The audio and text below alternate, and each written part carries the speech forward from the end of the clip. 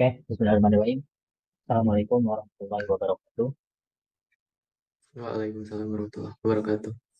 Pada kesempatan kali ini, kami dari kelompok 9 dari mata kuliah perilaku organisasi ingin mempresentasikan jurnal yang telah kami kerjakan bersama, yaitu berjudul IoT pada rumah ayam untuk operasi ternak ayam yang telah disusun oleh Saudara Rias Faizal, dan Muhammad Nursidik, Agil Zulfa, dan juga saya sendiri yaitu Saudara Sidik.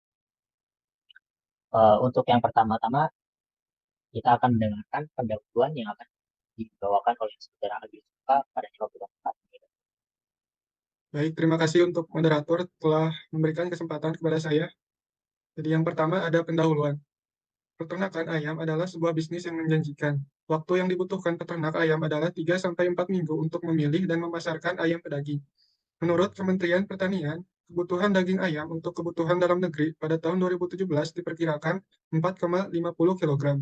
Pada tahun 2018 sampai 2021, kebutuhan konsumen daging ayam diperkirakan meningkat sebesar 1,56% per tahunnya. Total permintaan daging ayam jantan untuk konsumsi langsung tahun 2018 diperkirakan sebesar 1,19 juta ton dan 1,24 juta ton di tahun 2019. 1,27 ton 1,27 juta ton di tahun 2020 dan 2,23 juta ton di tahun 2021. Untuk solusi yang diterapkan dalam peternakan dapat dikelola dengan seefisien mungkin. Dengan jaringan sensor nirkabel berbasis Internet of Things, sensor terhubung ke dalam sangkar, pendeteksi kiloan pakan ayam, ultrasound di tangki air, suhu, dan kelembapan ayam, mengirimkan informasi yang diterima dalam perangkat ke aplikasi terhubung dengan Wi-Fi.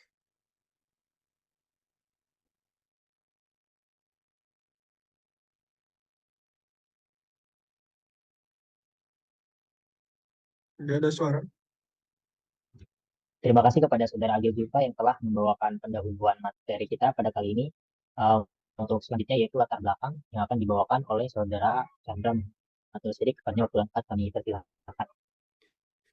Ya, terima kasih kepada moderator telah memberikan waktu untuk saya menjelaskan latar belakang dari IoT pada rumah ayam untuk operasi ternak ayam. Langsung saja, kandang atau ayam merupakan ras unggul dengan produktivitas tinggi. Hanya 5-6 minggu bisa diperbaiki. Operasi yang optimal harus dilakukan untuk mendapatkan kinerja yang optimal. Dalam perawatan intensif, ayam selalu dipelihara di dalam kandang dengan makanan yang memenuhi standar nutrisi. Jaringan ini merupakan prasarana yang terdiri dari pengindaan, komputer dengan elemen komunikasi, memungkinkan pemakai untuk instrumen. Memperhatikan dan menanggapi peristiwa di lingkungan tertentu, pengguna ini biasanya sipil, pemerintah, komersial, dan kemudian entitas industri. Di sini ada CBOR dan MQTT, yang dimana CBOR adalah sebuah database dirancang untuk memungkinkan ukuran kode yang sangat kecil dan ukuran pesan yang relatif kecil. Kedua, MQTT merupakan aturan publikasi atau langganan yang sangat sederhana yang didesain buat perangkat supaya lebih efisien dan secara menyeluruh. Baik, terima kasih kepada Saudara Chandra Muhammad Nursidik yang telah membawakan latar belakang penelitian. Untuk selanjutnya yaitu metode penelitian dan juga pembahasan penelitian yang akan dibawakan oleh Saudara Rias Faizal. Kepadanya waktu lengkap. Silakan. Baik, terima kasih moderator. Di sini saya akan menyampaikan materi mengenai metode penelitian dan pembahasan. Baik, yang pertama adalah metode penelitian teratur untuk yang bersifat relevan, sehingga penelitian yang dilakukan dapat diperoleh dari sumber hasil pencarian baik di dalam internet. Yang kedua, survei peternakan. Peternakan dilakukan untuk mengunjungi peternakan unggas di kota Banda Aceh dan provinsi Banda Aceh, dan mewawancari pemilik dan pekerja peternakan. Nah, dilakukan itu di 2 lokasi, yaitu taman yang ada di Banda Aceh, Lok Matai, dan Taman Alunaga. Nah, untuk mewawancari seorang petani yang bekerja di sebuah peternakan, kami mengajukan pertanyaan yang diajukan tentang masalah dan kendala yang dihadapi oleh petani dan ternak. Yang ketiga, penataan prosedur. Untuk penataan prosedur ini, kami merancang sistem dengan data analisis yang dibutuhkan dan diterima. Nah, perancangan ini didasarkan pada sensor dan aktuator untuk merespon masalah dan parameter serta perangkat ini. Lanjut, nomor 4, penentuan alat dan bahan. Untuk menentukan alat dan bahan ini, sistemnya melakukan implementasi sistem yang dilakukan, serta seperti pemilihan alat, membantu, dan dapat dikonsumsi dan lainnya. Yang kelima, implementasi sistem. Untuk implementasi sistem ini kami menggunakan perangkat keras dari sistem yang direncanakan. Sistem yang tersedia sebagai perangkat keras kemudian diuji di laboratorium. Semua sistem ini digabungkan menjadi satu bagian atau suatu proses sehingga dapat digunakan dalam percobaan laboratorium. Yang keenam, pengujian sistem di laboratorium. Untuk pengujian sistem di laboratorium ini, keakuratan informasi yang diterima dari sensor dan pengoperasian akuator akan diuji. Untuk melakukannya, data sensor dibandingkan dengan pengukuran manual dan kemudian data yang disesuaikan lalu dihitung. Yang ketujuh, prinsip kerja sistem. Untuk prinsip kerja sistem ini, kami melakukan pengiriman data dengan data bacaan dari sensor ke aplikasi melalui jaringan, melalui WiFi gitu. Bisa dilihat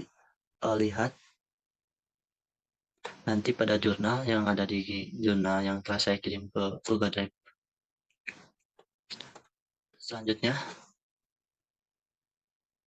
mengenai pembahasan yang pertama ini, kami membuat rancangan bangun kandang ayam. Nah, untuk rancangan bangun kandang ayam ini, kami membuat jaringan sensor yang bekerja untuk menggunakan atau mengirimkan data dengan pengukuran yang diterima ke cloud melalui jaringan WiFi. Setiap sensor terhubung ke ESP8266.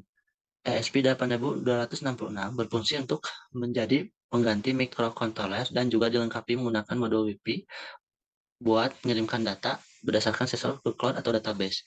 Yang pertama, desain kandang ayam dengan desain ukuran 1,5 kali 2 kali 1 meter. Kandang ayam ini didesain dengan dinding kayu dan kawat besi. Kandang ayam memiliki dua silo, yaitu setinggi 1 meter di mana makanan dan air disimpan. Yang kedua yaitu prototipe kandang ayam. Untuk prototipe kandang ayam ini yang sudah dijadikan yaitu berukuran 1 kali 10,5 meter terbuat dari kayu dan pajaringan. Bisa dilihat pada gambar berikut. Dinding kawat terbentuk. Prototipe ini berdasarkan pada model yang dibuat dalam ukuran yang lebih kecil. Contohnya, ayam umur 7 hari dipelihara di kandang. Tinggi wadah 15 cm dan tinggi tangki air 30 cm. Selanjutnya, implementasi dan pengujian sistem. Bisa dilihat di gambar ya, untuk implementasi dan pengujian sistem ini kami membuat kandang cek petelur ayam dari usia 5 hari ayam sampai 1 minggu. Lalu yang kedua, gambar kedua itu pengecek suhu ayam, yaitu alat untuk pengecekan suhu di mana ayam tersebut dapat menjadi petelur ayam itu, dapat bertetes telur menjadi ayam. Selanjutnya,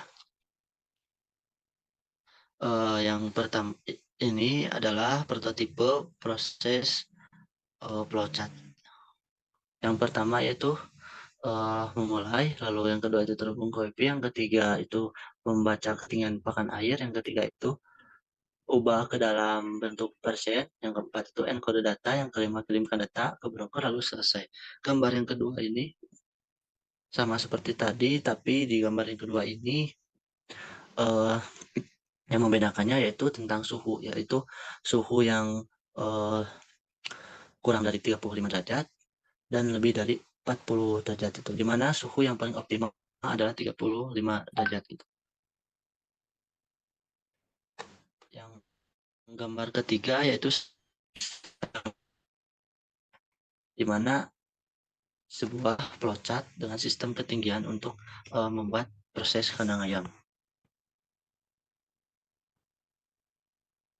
Baik, mungkin hanya segitu yang bisa saya sampaikan. Saya lanjut kepada moderator. Baik, terima kasih kepada Saudara Rias Rizal yang telah membawakan materi metode penelitian dan juga pembahasan. Untuk materi yang terakhir yaitu kesimpulan yang akan dibawakan oleh diri saya sendiri. Kesimpulan pada penelitian yang telah kami lakukan memiliki lingkungan ayam dan burung ayam sangat stabil dalam suhu dan kelembapan suhu tersebut, kadang tinggi dan juga rendah. Burung ayam memiliki suhu di atas 35 derajat sehingga kondisi tersebut baik untuk burung ayam. Untuk pengaturan suhu bisa dilihat di dalam pengecekan suhu. Suhu stabil di suhu 35 sampai dengan 38 derajat Celcius, sedangkan untuk suhu tinggi berada pada 40 derajat Celcius. Jangan terlalu tinggi untuk pengecekan suhu agar bisa stabil di angka 35 derajat, agar kandang ayam telur juga bisa menetas dengan baik. Mungkin cukup sekian dari kelompok 9. Kurang lebihnya kami mohon maaf. Wabillahi taufiq wal hidayah. Assalamualaikum warahmatullahi wabarakatuh.